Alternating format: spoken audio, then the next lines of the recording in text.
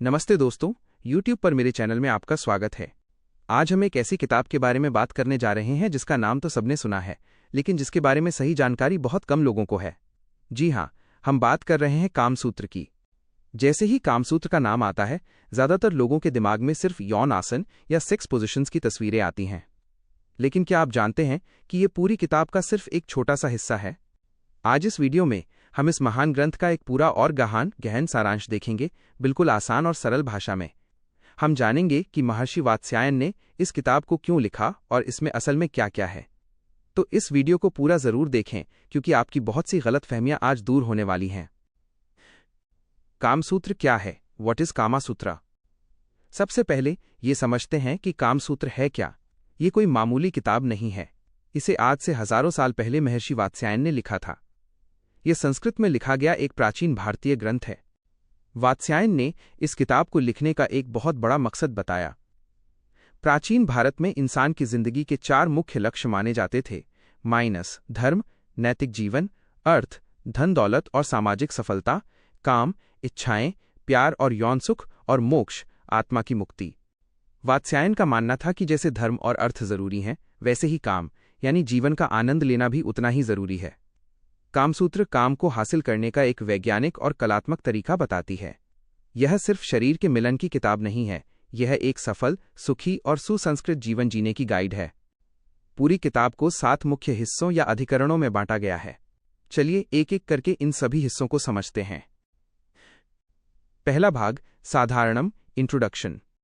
कामसूत्र का पहला भाग एक तरह से पूरी किताब की नींव है। इसमें वात्स्यायन बताते हैं कि यह किताब क्यों लिखी गई है। जीवन के 3 लक्ष्य। इसमें धर्म, अर्थ और काम के बीच सही संतुलन बनाने की बात कही गई है। वात्स्यायन कहते हैं कि इंसान को बचपन में पढ़ाई, जवानी में अर्थ और काम, और बुढ़ापे में धर्म और मोक्ष पर ध्यान देना चाहिए, लेकिन किसी एक के लिए दूसरे को छोड़ना नहीं चाहिए। 64 कलाएं, 64 कलर्स, ये इस भाग का सबसे दिलचस्प हिस्सा है। वात्स्यायन कहते हैं कि एक सुसंस्कृत और आकर्षक इंसान, चाहे वो मर्द हो या औरत, उसे 64 कलाओं का ज्ञान होना चाहिए। इन कलाओं में गाना, नाचना, चित्र बनाना, खाना पकाना, इत्र बनाना, कपड़े डिजाइन करना, पहेलियां बूझना, बागबानी करना और यहां तक कि बढ़ई का काम, कार्पेंट्री भी शामिल है। सोचिए, उस जमाने में एक वेल राउंडेड पर्सनालिटी का कितना महत्व था। नागरिक का जीवन, इसमें बताया गया है कि एक शहरी इंसान नागरिक का घर कैसा होना चाहिए, उसका दिन कैसे बीतना चाहिए, उसे कैसे दोस्त बनाने चाहिए। तो पहला हिस्सा ही ये साफ कर देता है कि ये किताब सिर्फ सेक्स के बारे में नहीं, बल्कि एक रिफाइंड यानी सुधरे हुए और कलात्मक जीवन के बारे में है। दूसरा भाग, सांप्रयोगिकम, सेक्सुअल यूनियन। ये वो हिस्सा है जिसकी वजह से कामसूत्र दुनिया भर में मशहूर है। इस भाग में काम यानी यौन सुख और मिलन के तरीकों पर खुलकर बात की गई है। वर्गीकरण।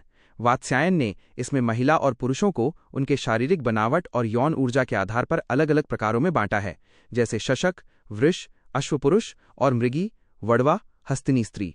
उनका कहना है कि एक सुखी यौन जीवन के लिए सही साथी का चुनाव जरूरी है। मिलन की कला। ये भाग प्यार जताने के अलग अलग तरीकों के बारे में है। इसमें आलिंगन, गले लगाना, चुंबन, किसिंग, नख क्षत, नाखून से निशान बनाना, दंत क्षत, दांत से काटना जैसी चीजों का बहुत विस्तार से वर्णन है। आसन, पोजिशंस। जी हाँ, जिन्हें हम पोजिशंस कहते हैं, उनका जिक्र इसी भाग में है।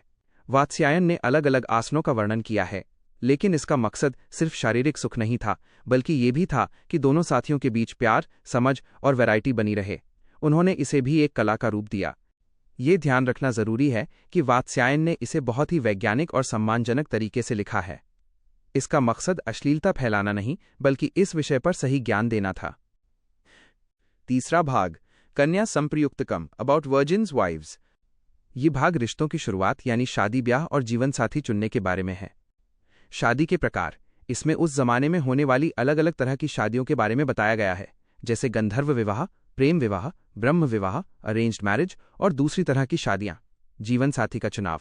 एक लड़के को कैसी लड़की से शादी करनी चाहिए और एक लड़की को कैसे लड़के का चुनाव करना चाहिए, इसके गुण अवगुण बताए गए हैं। प्रेम पाना, कोर्टशिप। इसमें बताया गया है कि एक पुरुष कैसे एक स्त्री का दिल जीत सकता है और एक स्त्री कैसे एक पुरुष को अपनी तरफ आकर्षित कर सकती है। इसमें इशारों, मुलाकातों और भरोसे को जीतने के तरीकों का जिक्र है। यह हिस्सा दिखाता है कि कामसूत्र रोमांटिक लव को भी बहुत अहमियत देता है। चौथा भाग, भार्याधिकारिकम, अबाउट द वाइफ।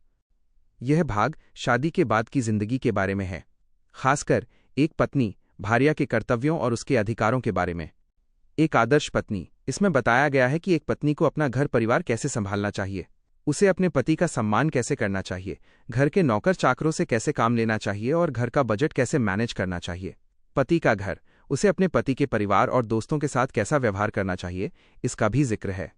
सौतन को वाइफ, उस जमाने में एक से ज्यादा पत्नियां होना आम बात थीं। तो ये भाग ये भी बताता है कि एक पत्नी को अपनी सौतन के साथ कैसे रहना चाहिए और घर में अपनी जगह कैसे बनाए रखनी चाहिए। ये उस समय के समाज की सच्चाई को दिखाता है। 5वां भाग, पारदारी कम अबाउट अदर मेन्स वाइव्स। ये भाग थोड़ा विवादास्पद, कंट्रोवर्शियल है। इसमें परस्त्री यानी दूसरों की पत्नियों के साथ संबंध बनाने के बारे में बात की गई है। आकर्षण के कारण वात्स्यायन यहां ये नहीं कह रही कि ऐसा करना सही है, बल्कि वो एक समाजशास्त्री की तरह ये बता रहे हैं कि मर्द क्यों दूसरी औरतों की तरफ आकर्षित होते हैं और औरतें क्यों दूसरे मर्दों की तरफ आकर्षित होती हैं। इसके पीछे के कारण क्या हैं, तरीके और खतरे। इस भाग में बताया गया है कि कैसे कुछ लोग दूसरों की पत्नियों को रिझाने की कोशिश करते हैं और इसके क्या क्या तरीके हो सकते हैं। चेतावनी, सबसे जरूरी बात, वात्स्यायन ने इस भाग में साफ साफ चेतावनी भी दी है। उन्होंने बताया है कि ऐसा करना, अनैतिक संबंध रखना, धर्म और अर्थ दोनों का नाश करता है। इससे समाज में बेइज्जती होती है, दुश्मनी बढ़ती है और ये पतन का रास्ता है। तो ये भाग कैसे करें कि गाइड नहीं है, बल्कि ऐसा क्यों होता है और इससे क्यों बचना चाहिए, इसकी एक सामाजिक स्टडी है। 6वां भाग, वैशिकम अबाउट कोर्टिसान्स। ये भाग वैश्याओं या गणिकाओं के बारे में है। प्राचीन भारत में गणिका या नगर वधू का एक अलग स्थान होता था। वे अक्सर बहुत पढ़ी लिखी, कलाओं में निपुण और अमीर होती थीं। गणिका का जीवन, यह भाग बताता है कि एक गणिका का जीवन कैसा होता है। वो कैसे मर्दों को अपनी तरफ खींचती है, कैसे उनसे पैसे कमाती है और कैसे अपने रिश्ते निभाती है। पुरुषों के लिए सलाह, इसमें उन पुरुषों के लिए भी सलाह है जो गणिकाओं के पास जाते हैं। उन्हें बताया गया है कि किस तरह की गणिका के पास जाना चाहिए और किसके पास नहीं, और उनके साथ कैसा व्यवहार करना चाहिए। प्यार और धोखा, ये हिस्सा पैसे, प्यार और धोखे के खेल को भी दिखाता है जो इस दुनिया में चलता था। ये उस जमाने के समाज का एक और सच सामने लाता है। 7वां भाग, औपनिषदिकम सीक्रेट एसोटेरिक। ये किताब का आखिरी भाग है जो एक तरह से सीक्रेट टिप्स और नुस्खों के बारे में है। आकर्षण बढ़ाना, इसमें बताया गया है कि कोई अपनी सुंदरता, ताकत और यौन आकर्षण को कैसे बढ़ा सकता है। जड़ी बूटियां और नुस्खे, इसमें कई तरह की जड़ी बूटियों, लेप और तेलों का जिक्र है जिनके इस्तेमाल से शरीर को ज्यादा आकर्षक बनाया जा सकता है या खोई हुई ताकत वापस पाई जा सकती है। रिश्ते सुधारना, इसमें यह भी बताया गया है कि अगर पति पत्नी के बीच प्यार कम हो गया हो तो उसे दोबारा कैसे जगाया जाए या किसी रूठे हुए साथी को कैसे मनाया जाए। यह हिस्सा दिखाता है कि वात्स्यायन ने शारीरिक, मानसिक और आयुर्वेदिक हर पहलू पर ध्यान दिया था। निष्कर्ष, कंक्लूजन। तो दोस्तों, जैसा कि आपने देखा, कामसूत्र सिर्फ सेक्स पोजीशन की किताब नहीं है। ये तो इसके 7 हिस्सों में से सिर्फ एक हिस्सा है, वो भी बहुत छोटा। असल में कामसूत्र एक लाइफस्टाइल गाइड है। ये एक इंसान को कला, समाज, रिश्ते, शादी, प्यार और जिम्मेदारी के बारे में सिखाती है। ये सिखाती है कि जीवन के हर सुख को, चाहे वो कला का सुख हो, पैसे का या प्यार का, उसे पूरे सम्मान, ज्ञान और जिम्मेदारी के साथ कैसे जिया जाए। महर्षि वात्स्यायन की ये किताब हजारों साल बाद भी हमें ये याद दिलाती है कि एक भरा पूरा जीवन वही है जिसमें धर्म, अर्थ और काम तीनों का सही संतुलन हो। उम्मीद है कि कामसूत्र के बारे में ये असली और पूरी जानकारी आपको पसंद आई होगी। अब जब भी कोई इस किताब का नाम ले तो आप उन्हें बता सकते हैं कि ये सिर्फ सेक्स नहीं, बल्कि जीवन जीने की कला का एक महान ग्रंथ है। अगर आपको ये वीडियो पसंद आया हो तो इसे लाइक करें, अपने दोस्तों के साथ शेयर करें ताकि सही जानकारी ज़्यादा से ज़्यादा लोगों तक पहुंचे। और आप आगे किस विषय पर ऐसा ही गहरा वीडियो देखना चाहते हैं, मुझे कमेंट में ज़रूर बताएं। चैनल को सब्सक्राइब करना न भूलें। धन्यवाद।